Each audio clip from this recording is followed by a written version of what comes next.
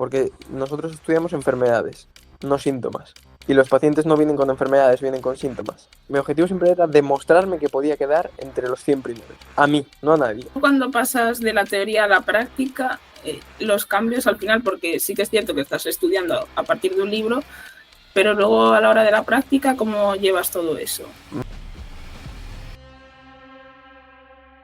Claro, yo creo que tal y como se estudia, luego la práctica la llevas mal.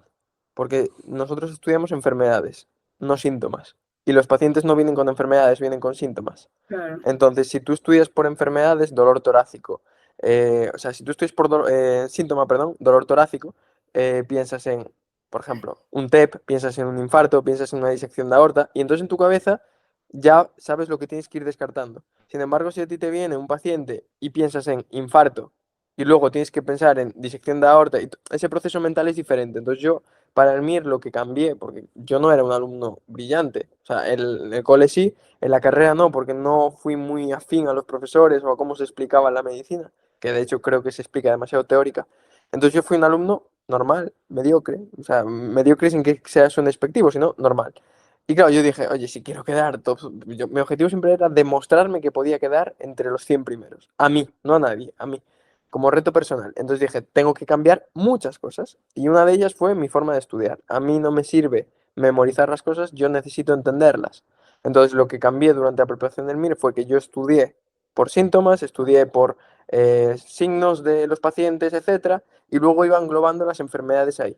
Entonces, tenía una visión más general de la medicina y para las preguntas que hay hoy en día, que son de casos clínicos más que de preguntas de teoría, ¿no? Te viene mucho mejor esa visión. Entonces, es cierto que si tú partes de estudiar teoría y luego te metes en el hospital, flipas, porque Claro. claro, no sabes cómo gestionarlo. Sin embargo, si tú lo estudias por síntomas, a ti te viene un paciente con dolor torácico y aunque no sepas mucho, sabes qué cosas tienes que ir preguntando, hacia dónde tienes que tirar. Y yo por eso al principio pues me gustaba mucho porque le sacaba partido. Claro, entonces dirías que en cuanto al método de estudio, si se cambiara la perspectiva, los médicos se entendería Sí, yo mejor. creo que sí. Yo creo que sin duda. Yo a toda la gente que tutorizo y tal, incluso en los podcasts, mucha gente me dice que le es mucho más útil. Cuesta mucho y a lo mejor no le ves utilidad en el corto plazo, pero a medio largo plazo sin duda.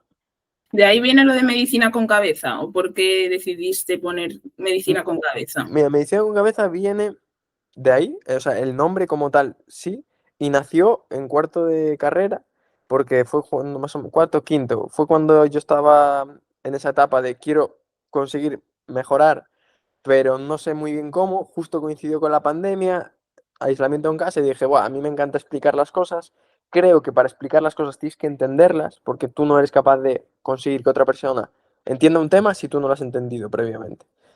Y entonces dije, pues es una buena forma para que yo aprenda medicina. Yo no lo hice en un principio para los demás, lo hice para mí. ¿Qué pasa? Que luego la gente al principio tenía una reproducción al día, luego tres, luego cinco, y luego al final la gente lo escuchaba y le gustaba y me lo comunicaba y yo decía, oye, pues igual esto es para mí, pero sirve para los demás. Y de hecho a día de hoy sigue siendo para mí, pero cada vez le llega más gente, que yo creo que es lo bueno. Por eso me lo mantengo en el tiempo. Yo el podcast ahora mismo no lo tengo monetizado. Vale, y tengo 23.000 seguidores y 60.000 oyentes. O sea, a nivel económico no me retribuye, pero lo hago porque yo realmente aprendo mucha medicina y me gusta también que los demás la puedan aprender y que se enamoren de la medicina.